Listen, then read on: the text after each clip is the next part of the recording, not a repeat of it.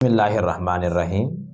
ناظرین، آج کا ایک ہمارا اہم مسئلہ مثانہ کی کمزوری، یعنی پیشاب رک رک کر آنا، یا پیشاب زیادہ آنا، یا پیشاب میں جلن، یا پیشاب کا آنا ہی نہ، یہ چاروں وجوہات میں انسان تکلیف زدہ رہتا ہے۔ تو ناظرین، آج کل بچوں اور بوڑھوں میں یہ خاص طور پر بہت زیادہ پایا جاتا ہے۔ تو عام طور پر لوگ اس کی بہت زیادہ میڈیسن کھاتے ہیں، جس کی وجہ سے وہ اپنے معدے کو بھی خراب کر بیٹھتے ہیں۔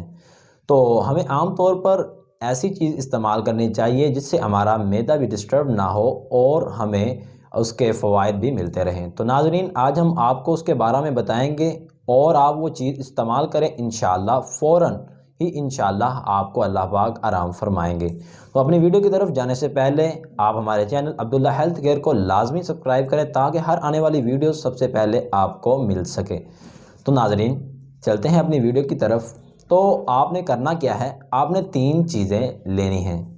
گرم دودھ کرنا ہے، اس کے اندر دال چینی ڈالنی ہے، اور اس کے اندر آپ نے چینی نہیں ملانی بلکہ گڑ ملانا ہے، اور آپ نے یہ کام دن میں 2 مرتبہ کرنا ہے۔ 2 مرتبہ آپ اسے پئیں، ایک صبح اور ایک شام۔